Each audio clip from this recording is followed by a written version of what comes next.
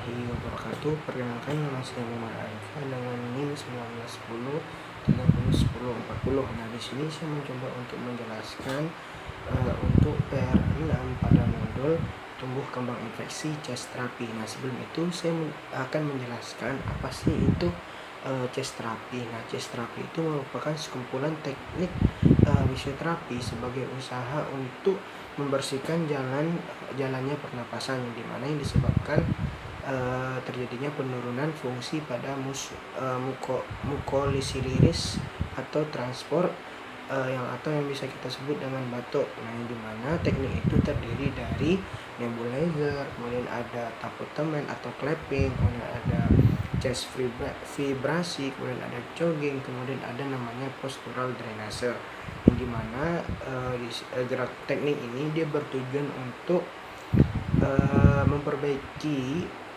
kerja sistem pernapasan, meningkatkan ekspansi pada rongga dada, menguatkan otot-otot yang ada di saluran pernapasan, dan mengurangi terjadinya skred yang menumpuk pada saluran pernapasan.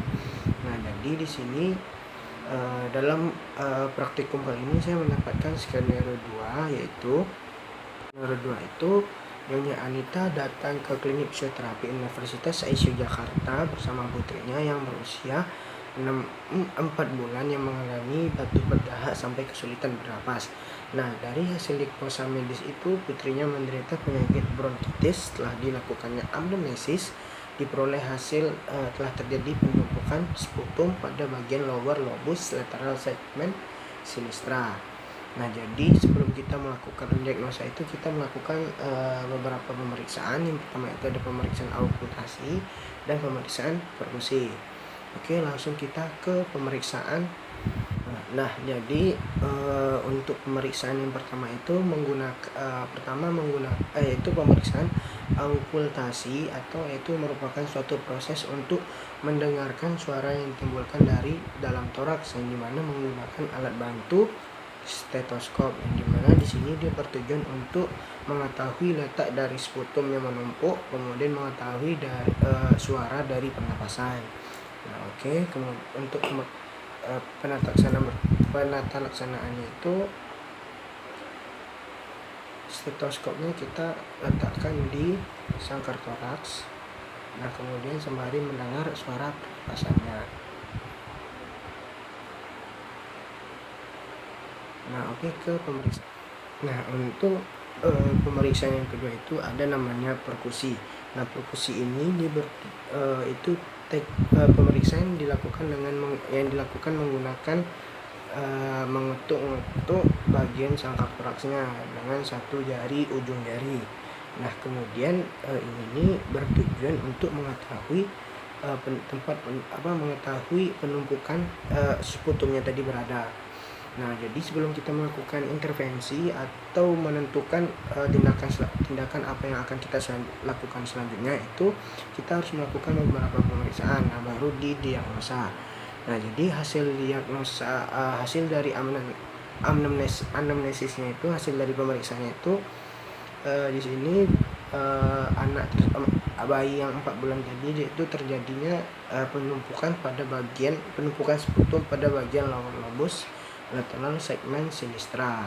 Nah, jadi kita baru bisa memberikan intervensi. Oke, kita untuk intervensi yang pertama itu teknik tapotemen atau clapping, yaitu suatu teknik yang digunakan untuk menggetarkan sangkar toraks dan paru sehingga sputum yang nempel yang ada di dalam jalan nafas tadi dia dapat terlepas serta menstimulasi dari fungsi silia. Nah, tepukan yang dilakukan pada rongga dada itu dapat merontokkan sputum dari dinding saluran pernapasan. Nah, untuk tekniknya itu dilakukan telapak tangan seperti mangkok untuk menepuk bagian bayi.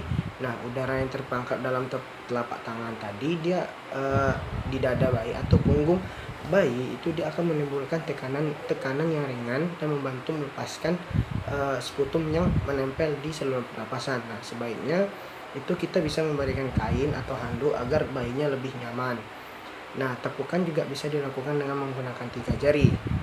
Nah, satu tangan ataupun dua tangan secara bersamaan juga bisa. Nah itu pun tergantung dari luas area yang akan di tepuk-tepuk. Nah ini bisa kita lakukan selama 1 sampai 2 menit. Contohnya nih, yang menggunakan 3 jari, itu kita mengetuknya dengan pelan-pelan. Kemudian posisi bayinya juga kita lihat agar dia lebih lebih mudah untuk mengeluarkan sputum tadi. Sputumnya lebih keluar langsung dari mulut. Soalnya kan bayi usia 4 bulan masih belum bisa untuk disuruh melakukan tarik nafas dan disuruh untuk mengeluarkan dahaknya. Nah jadi kita melakukan penumpukan pada menepuk 3 jari di sini secara ringan. Nah jadi posisi kakinya, kepalanya lebih rendah daripada kaki agar langsung keluar. Mukulnya secara ringan saja 1 sampai 2 menit. Nah kemudian di sini juga bisa dilakukan secara ringan. Nah untuk teknik yang kedua itu untuk teknik yang selanjutnya itu tidak jauh berbeda dari teknik tapak teman, yaitu teknik vibrasi. Nah teknik vibrasi ini yaitu tubernisasi untuk mendorong sekret atau sputum, dan ini merupakan tindakan mekanik kedua setelah clapping tadi. Nah yang dimana teknik ini dapat mengganti clapping bila dinding atau dada tadi nyeri gitu. Nah di sini dia dapat membantu mengeluarkan sputum dan merangsang terjadinya batuk dengan getaran pada kulit sampai ke bagian paru-parunya. Nah untuk tekniknya sendiri itu pasien diminta dengan cara menggetarkan bagian dada dengan menggunakan telapak tangan.